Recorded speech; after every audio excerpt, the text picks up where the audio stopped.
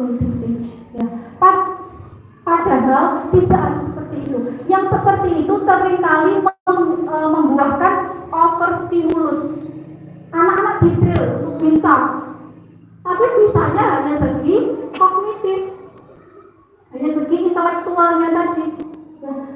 Sisi emosional, sisi sosial, sisi spiritual seringkali dikesampingkan. Insya Allah Kanjeng sudah paham kalau caranya mengajari membaca, caranya mengajari berhitung. Mudah-mudahan di sini sudah paham gitu ya. Itu juga penting, itu juga utama. Tapi jangan hanya mengutamakan yang itu, tapi mengesampingkan yang lain. Yang sering disalahartikan tentang golden age, terobsesi hingga menekan anak di luar kemampuan. Nggak boleh main, nggak boleh pinjam HP sebelum menghafal surat An-Naba. Bisa seperti itu kan sesuatu yang ini ya. Anak-anak itu harus kita ukur juga kemampuannya. Bukan hanya masalah harus optimal golden age-nya, ya. Tapi masalah kita harus juga mengasah sisi kemanusiawiannya. Ya.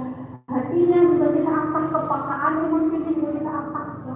Bukan hanya sekedar berhitung, membaca dan sebagainya. Boleh kita mengajari, insya Allah sudah boleh. Asal tidak melewati batas-batas sisi emosional, sisi sosial, sisi spiritual. Overstimulus. Yang selanjutnya yang sering disalahartikan dari golden age, menyerahkan pendidikan sepenuhnya pada sekolah atau daycare. Mentang-mentang sudah belajar di sekolah, tidak dipelajari di rumah. Kalau harus belajar di sekolah, memang gak usah. Tidak, itu sungguh sangat disayangkan. Anak memang belajar di sekolah, tapi optimalisasinya juga harus dilakukan di rumah. Ya, sayang sekali karena waktu anak sebagian besar dihabiskan di rumah. Kita bunda pulang jam 2, ya. Dari jam setengah 2, berarti berapa jam? 8 jam. 9, 10, 11, 12, 7 jam, hampir 7 jam. 24 kurangi 7, 17 jamnya di rumah. Kalau dikurangi 8 jam, misalnya 8 jam, masih ada 9 jamnya di rumah. Itu kan sayang sekali kalau tidak kita manfaatkan untuk mengoptimalisasi. Kita ulang lagi, kita pelajari lagi bagaimana cara meningkatkan. Oh, anak ini masih kesulitan untuk fokus. Kita latih fokusnya.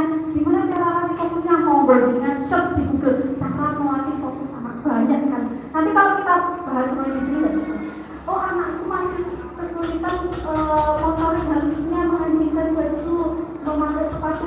Gimana caranya? Asal kita cukup cari cara bagaimana mencari solusi dari permasalahan anak kita. Kepercayaan bahwa anak akan bisa tanpa diajari.